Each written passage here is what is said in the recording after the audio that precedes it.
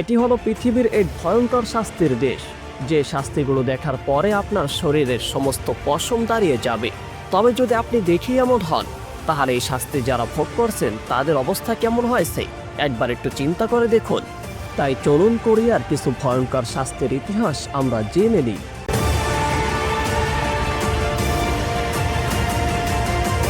2010 সালে নর্থ কোরিয়ার একটি বড় স্টেডিয়ামের মাঝে 10,000 দর্শকের সামনে শোল চেয়ারে বসা একজন 16 বছরের বালককে নিয়ে আসা হয়। তার মা তখন দর্শকের মাঝে বসে কাঁদছিল। ঠিক তখনই 3 জন নর্থ কোরিয়ান সোলজার বালকটিকে মেশিন গান দিয়ে হত্যা করে। এই নৃশংস দৃশ্য দেখে গ্যালারিতে উপস্থিত সবাই কিছু সময়ের জন্য স্তব্ধ হয়ে যায়। তবে এরপরই সবাই একযোগে তালি বাজাতে শুরু করে। তবে একজন মহিলা সেখানেই তালি বাজাচ্ছিলেন, তিনি ছিলেন তাহার মা। কিন্তু প্রশ্ন হলো, এই বালকটির দোষটি ছিল? তাহার একমাত্র দোষ ছিল সে সাউথ কোরিয়ান কে-পপ মিউজিক শুনেছিল। নর্থ কোরিয়াতে সাউথ কোরিয়ান কালচার নিষিদ্ধ, এবং সেই কারণেই এমন নিষ্ঠুর শাস্তি দেওয়া হয়।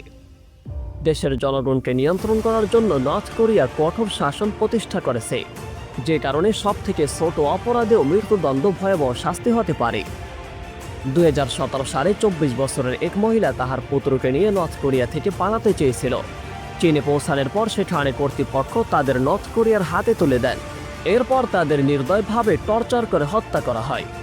এমনকি তাদের মৃত্যুদণ্ডগুলো টুকরো টুকরো করে শহরের কেন্দ্রে ঝুলিয়ে দেওয়া হয়, যেন কেউ নর্থ কোরিয়া থেকে পালানোর সাহস না পায়।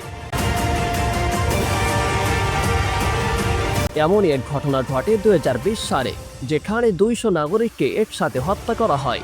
তাদের অপরাধ ছিল কেবল তারা বিটিএস কে-পপ মিউজিক শুনেছিল। কিম জং উন মনে করেন সাউথ কোরিয়ান কালচার নর্থ কোরিয়ার জন্য একটি বিষাক্ত কালচার। তাই এই জন্যই দেশটির নাগরিকদের সাউথ কোরিয়ান ফ্যাশন, মিউজিক ও প্রোডাক্ট, মেকআপ থেকে দূরে থাকতে বলা হয় সব সময়।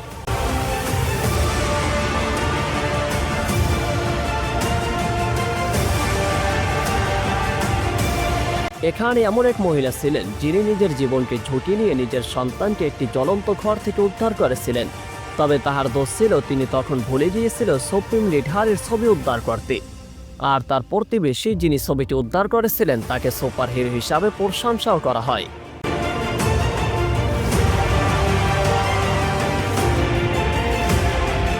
এছাড়া নর্থ কোরিয়ার স্কুলগুলোতে শিশুদেরকে মিথ্যা ইতিহাস পড়ানো হয়, এমনকি যেখানে কিম ইন সন এবং কিম উন জনকে মহান নেতা হিসাবে তুলে ধরা হয়।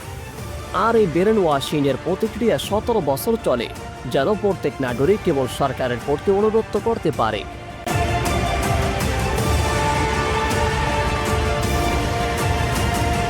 এটি পৃথিবীর এমন একটি রাষ্ট্র যেখানে নারীরা পুরুষদের থেকে বেশি অর্থ উপার্জন করে, তবে তা বৈধভাবে নয়, বরং তা আসে অবৈধভাবে। অন্যদিকে পুরুষদের জন্য মিলিটারি বা সিকিউরিটি ডিপার্টমেন্টে চাকরি পাওয়া বাধ্যতামূলক। দেশের খাদ্য পরিস্থিতি এতটাই খারাপ যে বহু মানুষ জীবনের টানাপোড়েনে পোকামাকড় ও ঘাস খেয়ে বাঁচতে বাধ্য।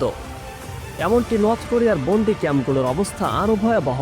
এখানে হাজার হাজার মানুষকে শোষণ করা হয়, তাদের বিরুদ্ধে কোনো ধরনের মানবাধিকার নেই।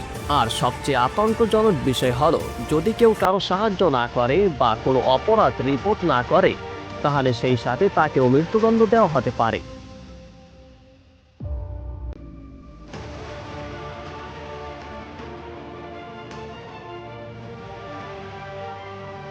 আপনি যদি এসব ভয়াবহ পরিস্থিতি সম্পর্কে আরও জানতে চান, তাহলে ভিডিওটি দেখুন এবং মন্তব্য জানান। আপনি কিভাবে এমন একটি দেশে বাঁচতে চাইবেন? এটি তো কখনোই কারো পক্ষে সম্ভব না। তাই ধন্যবাদ আজকের ভিডিওটি দেখার জন্য। ভালো থাকবেন, সুস্থ থাকবেন, আল্লাহ হাফেজ।